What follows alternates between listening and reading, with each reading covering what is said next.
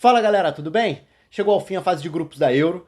Sigo improvisado aqui em quarto de hotel em termos de cenário, mas vamos lá porque tem bastante coisa pra gente falar. A ideia aqui é fazer um apanhado geral do que foi essa fase de grupos, destacar o que foi destaque positivo, negativo, surpresa, decepção, alguns aspectos de cada um dos grupos e, claro, olhar um pouco para esse chaveamento, porque é sempre um momento bastante aguardado, todo mundo fica nessa expectativa, ainda mais quando você tem essa questão dos terceiros colocados passando, então vai até o finalzinho, né? Até o último grupo para ter a certeza de quem vai para cada lado de chave, os terceiros colocados que mudam à medida em que os grupos vão acontecendo, você vai vendo quem cruza com quem, enfim. E agora a gente tem o chaveamento. Eu pretendo fazer nesses próximos dias, talvez até um vídeo de prévia por dia dos jogos das oitavas, e aí vai dar para falar um pouco mais sobre características das seleções e aí começar a projetar os jogos, né? Talvez aí fazendo um vídeo para cada 2 jogos, né? Um vídeo para os jogos de sábado, um vídeo para os jogos de domingo, para segunda e para terça-feira, para não ficar num vídeo só, porque senão é muita coisa também. Então vamos lá, vamos começar pelas grandes histórias, né? Porque eu acho que esse é o grande ponto da fase de grupos, é sempre assim. A gente sempre fica de olho nas histórias que chamam muita atenção. E foram algumas, né? Claro que a maior das histórias foi a da Geórgia. A Geórgia consegue uma classificação inédita para disputar a Euro como nação independente. Os 3 jogos tiveram capítulos muito interessantes, né? A estreia contra a Turquia foi um dos jogos mais legais dessa fase de grupos. A Geórgia lutando e muito dentro do jogo e tendo chance de empatar, e aí toma o gol, o terceiro gol, né? Já no finalzinho, no último lance, basicamente, com o campo aberto, que o goleiro vai para a área, o Mardashvili tenta ir para a área num primeiro jogo, de primeira rodada de fase de grupos. Então, assim, foi um jogo muito legal, mas foi cruel aquele desfecho para a Geórgia. E aí, na segunda rodada, contra a Tchequia, né? A Geórgia tem o Mamardashvili como grande destaque para manter a seleção viva na maior parte do jogo, mas também tem a bola do jogo no finalzinho, nos acréscimos do segundo tempo. Poderia até ter vencido aquela partida e não consegue. Fica com empate, já era algo histórico, o primeiro ponto da história do país nas Euros. Então, assim, já era algo a ser comemorado. E só que isso deixava o grupo daquela situação, tem que ganhar de Portugal na última rodada. É claro que Portugal entrar com reservas contribui para isso, mas não diminui em nada o tamanho da festa, o tamanho do feito do ponto de vista da Geórgia. Então vencer Portugal com uma grande atuação, especialmente no segundo tempo, né? E conseguir passar de fase, realmente fica difícil achar uma outra história que seja maior do que a da Geórgia nessa fase de grupos.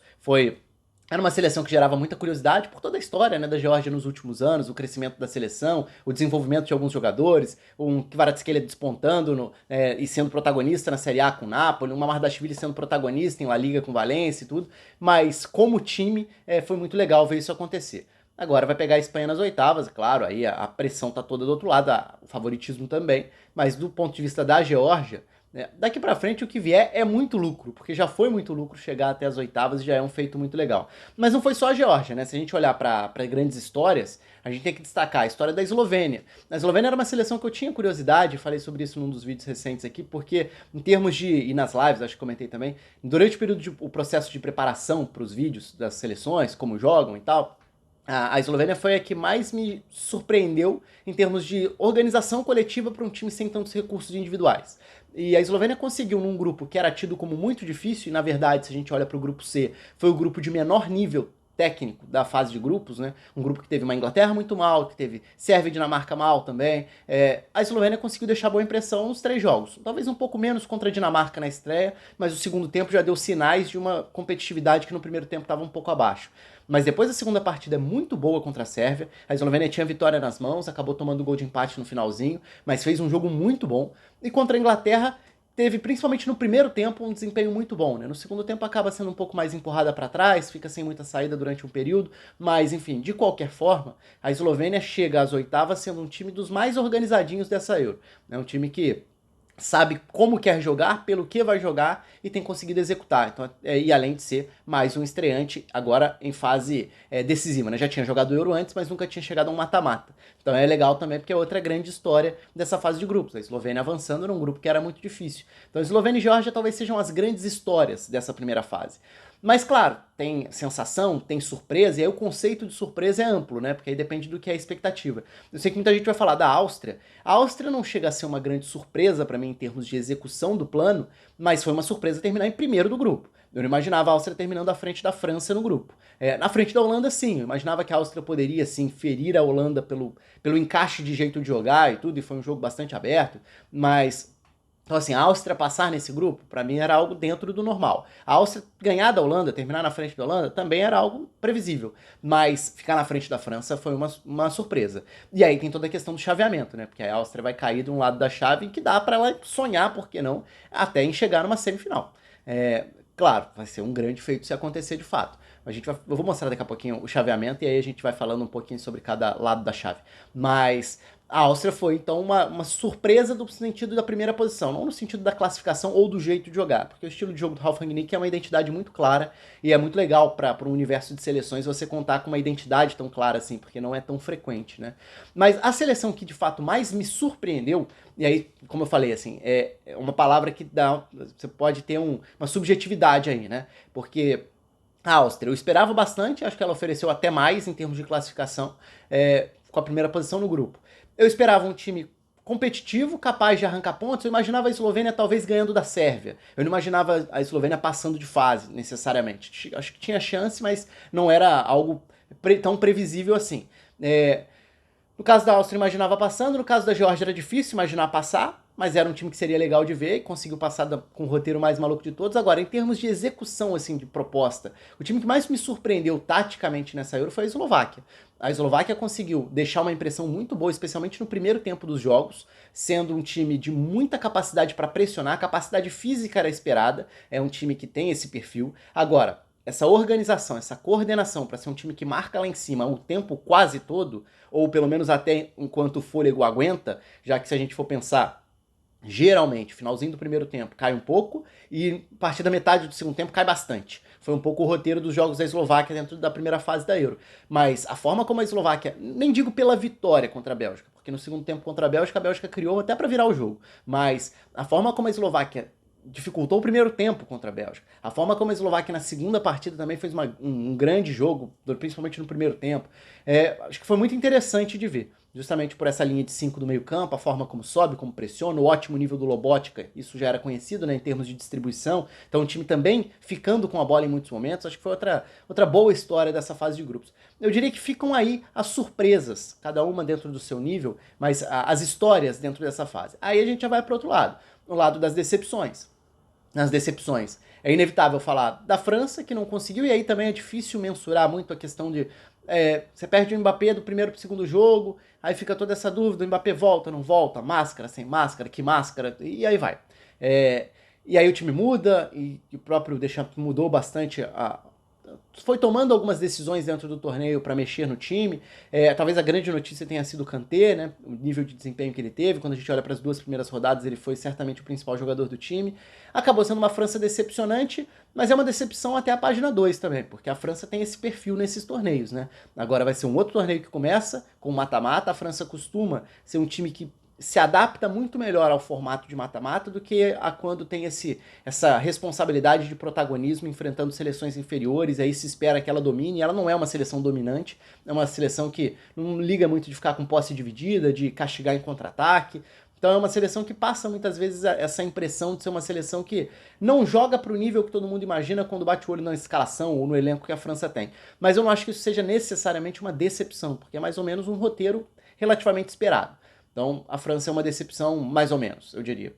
Decepção em termos de bola, talvez a seleção que menos tenha apresentado tenha sido a Inglaterra, né? A Inglaterra fez partidas sofríveis na fase de grupos. A Inglaterra tinha uma expectativa muito alta pelo desempenho individual, pelo nível dos seus jogadores na temporada, a maioria na Premier League, mas aí você olha para o Campeonato Espanhol e vê o Bellingham bem, você olha para o Campeonato Alemão e vê o Harry Kane bem, embora o Bayern não tenha sido campeão. Então, assim, essa junção de jogadores meio que obriga que a Inglaterra faça um bom papel. Tanto que as casas de apostas antes do torneio davam a Inglaterra como a favorita para o título. Que eu acho um pouco de exagero se a gente pensar na questão do desempenho coletivo não ter sido nunca convincente por um período muito grande de tempo, né? Em alguns jogos, em alguns momentos, em algumas competições os resultados são relevantes, foi vice-campeã da última Euro, foi semifinalista da Copa em 18, foi até as quartas, e talvez o melhor jogo de todos esses anos aí, dos últimos sei lá quantos anos, mas talvez os últimos 10 anos, o melhor jogo da Inglaterra enquanto seleção tenha sido a eliminação de 2022 contra a França, que ali de fato jogou muito bem, mas não é tão comum assim ver a Inglaterra convencendo.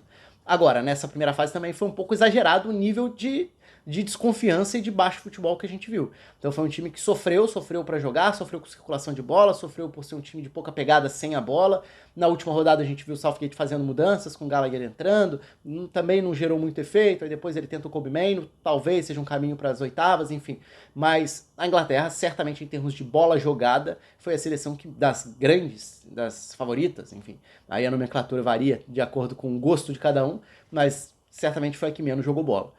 Assim, Holanda, eu não acho que seja uma decepção, porque eu não tinha expectativa tão alta assim em relação à Holanda. A Itália era uma grande incógnita, e aí talvez tenha, não sei se chegou a decepcionar muita gente, acho que a Itália deixa muita dúvida, ela continua sendo uma incógnita. Ela passa com drama, a última rodada, o gol do Zaccagni ali contra a Croácia e tudo. A Croácia é uma que pode ser citada como uma decepção, né? O jogo da Croácia era o jogo contra a Albânia, né? Se ganha ali da Albânia, estava dentro. Então a grande questão da Croácia foi principalmente ter deixado aquela vitória escapar na segunda rodada, porque a Croácia jogou muito bem aquele segundo tempo, mas tinha sido dominada pela Albânia no primeiro tempo também. Agora, a partir do momento em que ficou na frente, conseguiu a virada, deixar o resultado escapar, acho que ali foi o grande ponto da Croácia ter caído tão cedo. E aí é uma decepção. Embora a Croácia não fosse uma favorita, é uma seleção que em Copas tem conseguido constantemente chegar longe. Então dava para imaginar a Croácia chegando, sei lá, às quartas da Euro, seria o normal. Talvez, aí dependeria de chaveamento para chegar numa semi, alguma coisa assim, não seria zebra nenhuma ver a Croácia indo longe. Embora a Croácia nunca tenha vencido um confronto de mata-mata na história da Euro, que é bastante impressionante, e agora continua isso porque nem de fase passou. Mas enfim, a Croácia é outra que merece ser listada nesse aspecto. E aí quando a gente fala das melhores seleções em termos de nível jogado, acho que a Espanha acaba sendo, né? A Espanha com seus pontas, a Espanha com um perfil um pouco diferente, com essa transformação por conta de jogadores que foram entrando no time, especialmente Lamine Yamal de um lado, Nico Williams. A atuação do Nico Williams contra a Itália foi uma das grandes atuações individuais da Copa da Euro até aqui. Foi um belíssimo jogo da Espanha, poderia ter goleado a Itália. Eu nem acho que a estreia contra a Croácia foi tão bem quanto o placar sugere, mas a vitória contra a Itália teve uma atuação muito melhor do que o placar sugere também. E aí depois a Espanha coloca o time reserva na terceira rodada contra a Albânia, né? Então esse também é um ponto difícil de avaliar dentro de uma fase de grupos, que cada grupo tem as suas particularidades. Algumas seleções jogam 2 jogos, outras seleções jogam 3, eu digo completas, né? Pra valer e tudo. Então isso também dificulta na hora de comparar situações das seleções como um todo. Mas a Espanha foi a seleção, talvez, para mim foi a que melhor apresentou nível nessa primeira fase. A Alemanha também merece ser citada, né? Embora tenha sofrido já contra a Suíça, até num estilo de jogo diferente. Um primeiro jogo em que a Alemanha de fato foi mais pressionada no meio campo, com a Suíça conseguindo encaixar um pouco mais a marcação, ser mais agressiva por dentro. Mas o fato da Alemanha ter largado como largou, né, no jogo de abertura contra a Escócia, mudou o ambiente, né? Fez com que existisse uma maior confiança de que esse jeito de jogar funciona, ainda que em alguns momentos ela vai recorrer ao plano B. E o plano B tem o Füllkrug, o plano B tem o Sané, e o Füllkrug tem sempre correspondido, sendo esse atacante que entra do banco para virar um centroavantão mesmo. Diferente de ter um Havertz ali, de ter esse meio campo que tanto circula, mas o Musiala fez uma grande fase de grupos, o Toni Kroos fez uma grande fase de grupos, mais Wirtz, mais Gundogan, enfim. É um time que tem muita qualidade. A partir daquela estreia, e depois contra a Hungria também, a gente viu momentos muito bons de futebol dessa Alemanha. Então acho que de uma maneira geral esse é um panorama mais geralzão. Uma seleção que talvez... vale citar Portugal, né? Portugal fez uma estreia muito ruim contra a Tchequia, e acho que tem algumas decisões que podem ser contestadas aí do Roberto Martínez, especialmente em relação à função em fase ofensiva do Diogo Dalot, tanto na estreia em que ele era um ponta, no momento com bola bem aberta na ponta direita, quanto na terceira rodada contra a Geórgia, quando já era um time reserva, é verdade, mas ele tendo que alternar por dentro ou por fora, mas também quase como um atacante a mais, alternando com Francisco Conceição.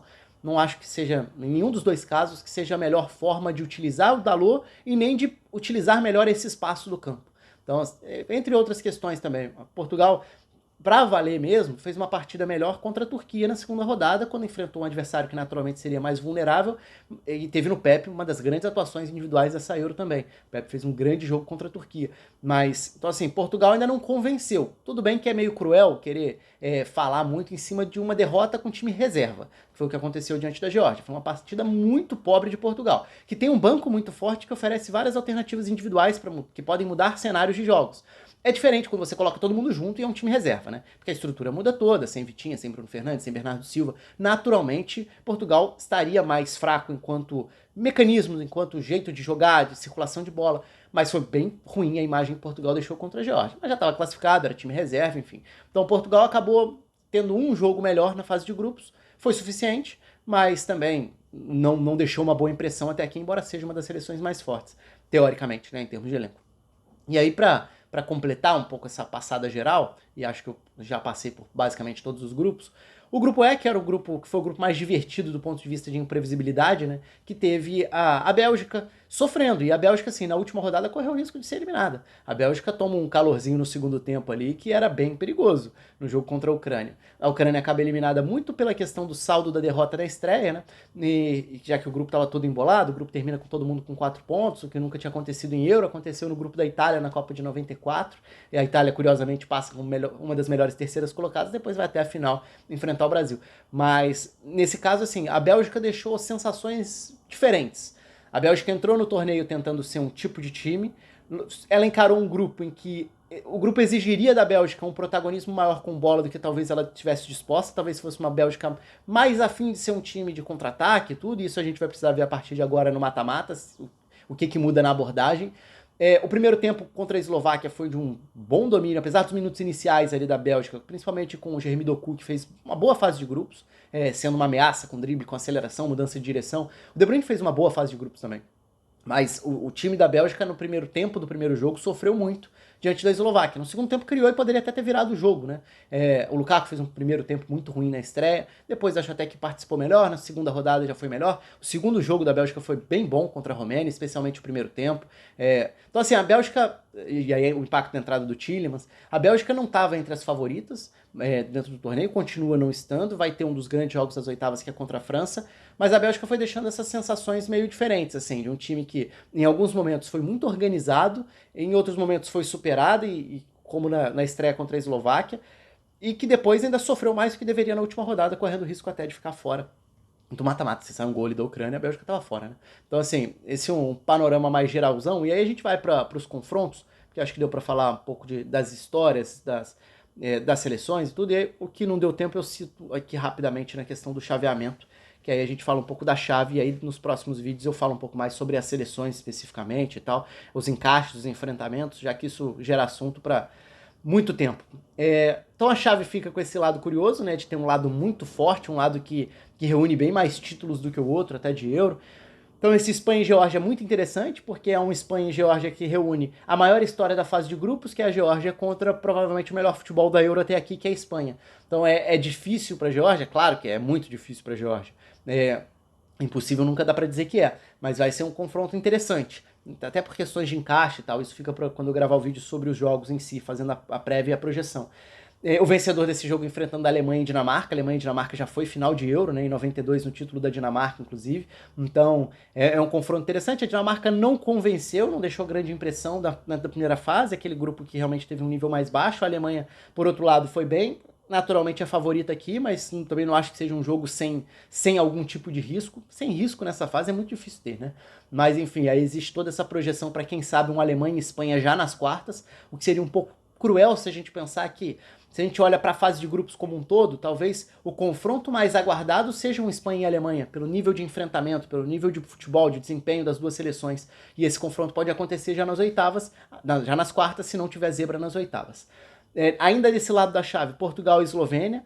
Interessante confronto, né? Se a gente considerar o nível de competitividade da Eslovênia contra Portugal, que é favorito, mas vai precisar mostrar mais bola do que mostrou até aqui. Diferentemente da Turquia, a Eslovênia não vai ser um time que vai se expor e que vai ficar vulnerável diante de Portugal. A Turquia é um time que tem mais esse perfil, então vai exigir mais em termos de organização ofensiva de Portugal do que a gente viu até agora no torneio. E França e Bélgica, que foi semifinal da Copa de 18, que é um jogo que talvez seja o que mais chame a atenção dessas oitavas, que é um jogo bem interessante também. Até porque são duas seleções que estão nesse meio do caminho até agora no torneio, né? Será que essa virada para o mata-mata vira a chave dessas seleções? Que tipo de jogo a gente vai ter? Acho que em termos de contexto estratégico, esse é um jogo muito interessante, porque é difícil prever e talvez não seja confortável para nenhuma das duas seleções. Aí indo para o outro lado da chave, esse quadrinho aí que vai gerar um semifinalista que pode ser mais alternativo, acaba sendo muito legal. Romênia e Holanda. Assim, a Romênia das classificadas, para mim, foi a que menos convenceu. Acho que a Romênia mostrou bem pouco futebol para se classificar. Ela acabou passando por conta daquele 3-0 que foi um grandíssimo resultado na estreia contra a Ucrânia, mas um resultado meio enganoso também, meio exagerado. Alguns chutes de fora que entraram, falhas do Lunin, a Ucrânia nem estava mal no início do jogo, a Romênia nem fez muita coisa para ganhar o jogo 3-0 também, e a partir dali a Romênia conseguiu ter saldo bastante para conseguir ficar viva no grupo e passar inclusive como primeira do grupo, que para mim não chega a ser um sinal de um grande futebol da Romênia. Agora, a Holanda também não é um time convincente, então isso acaba sendo um confronto que permite, sim, imaginar alguma dificuldade, ou bastante dificuldade, dependendo do caso, para a Holanda. Enfim, esse é um confronto que se torna interessante. Mais interessante ainda é o Áustria e Turquia. Primeiro porque as seleções se enfrentaram em março e a Áustria fez 6-1 na Turquia e foi um jogo que começou a gerar questionamento em relação ao Montella na Turquia, mas também por questão de encaixe. A Áustria, que com essa característica de muita pressão, tende a forçar erros de uma Turquia que gosta de atacar com muita gente. Então a Turquia pode se ver vulnerável em vários momentos do jogo e essa abordagem da Turquia vai ser muito importante nesse jogo, para ver se a Turquia consegue encarar uma Áustria que morde tanto, que desarma tanto, que é tão forte nas transições. Assim, não é nenhuma maluquice cogitar uma Áustria chegando a uma semifinal nesse lado da chave. A Turquia já foi semifinalista de Euro em 2008. Então, assim, pensando nos dois que saem desse jogo para enfrentar a Romênia ou a Holanda nas quartas. E ali na parte de baixo desse lado da chave, o Inglaterra e Eslováquia, que por encaixe, assim, tende a ser interessante, apesar dos jogos da Inglaterra terem sido até agora bem ruins, né? Por culpa da Inglaterra. Acho que o jeito de jogar da Eslováquia, pressionando mais em cima, vai forçar a Inglaterra a ter que ter uma circulação de bola um pouco mais rápida. Por outro lado, se a Inglaterra fura esse bloqueio, ela pode ter um pouco mais de campo para explorar jogadores com arrancadas, como Saka, como Phil Foden. Esse é um dos pontos interessantes para a gente ver. Entre vários, taticamente falando desse jogo, mas acima de tudo a Inglaterra tem um ponto aí, né? A Inglaterra acaba ganhando uma responsabilidade que talvez ela nem quisesse ter nessa fase. Talvez fosse mais confortável para a Inglaterra pegar uma seleção grande que dividisse responsabilidade e tirasse o peso do favoritismo, porque é um peso que obriga a Inglaterra a jogar mais bola do que tem jogado. Mas vai ter que carregar esse favoritismo contra a Eslováquia, só que vai ter que jogar mais bola para passar. E Suíça e Itália, que talvez seja a maior incógnita de todos esses confrontos, né? A Suíça chegou com muita dúvida para o torneio, acho que fez uma boa fase de grupos, com alternativas táticas, com pequenas variações entre os jogos, com uma boa abordagem, por exemplo, contra a Alemanha, do ponto de vista sem bola. Pegando uma Itália que também mudou e que talvez seja a maior incógnita das 16 que passaram, seja por escolhas táticas do Spalletti, por mudanças de jogadores, por dúvidas em relação a qual vai ser o desenho da equipe para a sequência do torneio. Então é um lado que pode ter eventualmente uma reedição da última final de Euro nas quartas, né? A Inglaterra e Itália seria o confronto mais pesado desse lado da chave, mas eu diria que existe um equilíbrio considerável desse lado da chave também, assim. Não é um lado, porque as maiores seleções desse lado da chave, elas estão longe de convencerem, ou de serem aqueles times que são vistos como bicho-papão e tal. Nem Itália, nem Inglaterra, nem Holanda, se a gente pega as três desse lado, né? Eu tô somando as seleções campeãs do mundo e campeãs de Euro, já que a Inglaterra não é campeã de Euro, a Holanda não é campeã do mundo, mas a Holanda é campeã de Euro e a Inglaterra não é campeã de Euro, né? Então, assim, é um lado que tem essas três seleções, não é um lado com a força do outro lado, porque do ponto de vista de bola e de favoritismo, até antes do torneio, a gente ia olhar muito mais e falar de Espanha, Alemanha, Portugal e França, então todas aquele lado da chave. Desse lado da Inglaterra, a gente falaria, antes do torneio, né, o que era falado era em cima da Inglaterra. Então, de certa forma, isso obriga, entre aspas, eu nunca gosto de usar essa palavra, mas assim, isso obriga, entre aspas, a Inglaterra a ter que se provar a favorita desse lado da chave, o que é um risco e é uma pegadinha enorme do ponto de vista da Inglaterra. Mas é isso, assim, é uma chave, qualquer chave seria legal, né? Então, assim, é aquele momento legal de fazer projeções, de olhar um pouco para o que foi a fase de grupos, de olhar para frente. Eu vou ver se eu faço esses vídeos aí nos próximos dias para falar mais sobre os jogos, aí eu pego alguns componentes gráficos, estatísticas e tal, para ilustrar um pouco, talvez campinhos também, para projetar alguns duelos táticos, esses confrontos das oitavas, e aí eu vou ver se eu faço dessa forma, tentando gravar 4 vídeos aí para esses próximos dias, e aí para não ficar, porque se for gravar um vídeo com as 8 partidas, vai ficar um vídeo de 3 horas de duração, então, talvez seja melhor dividir em 4 vídeos mesmo, que aí eu falo sobre os 2 jogos de cada vez. Mas é isso, eu fiquei vários dias sem gravar vídeo aqui pela correria das transmissões, né, viagens e tal, tem sido corrido, e também porque com tanto jogo, né, Copa América, Euro, Brasileirão, que não parou também e tal, acaba tendo jogo direto, então às vezes nem adianta ficar postando vídeo aqui, porque vocês também estão muito mais interessados nos jogos que vão acontecendo o dia inteiro, e aí os vídeos vão passando batido. Então eu tentei fazer live em alguns dos dias, quando deu, essa semana eu acabei não conseguindo conseguindo fazer vídeo antes, deixei para quando acabasse a fase de grupos, e aí a gente, vamos ver se eu consigo voltar a fazer mais vídeos aí nessa fase final se aproximando. Já adianto que eu não vou conseguir fazer pós-jogos agora no fim de semana. Sábado e domingo eu tenho certeza que eu não consigo, até por questão de deslocamento, viagem e tal, mas quem sabe para segunda, para terça-feira eu consiga fazer. No mínimo, depois dos jogos de oitavas, eu vou conseguir fazer um geralzão das oitavas para falar sobre esses confrontos, projetar os das quartas também. Mas pré eu pretendo fazer porque é mais garantido de eu conseguir achar um tempinho para gravar. Valeu, pessoal. Um abraço. Até a próxima.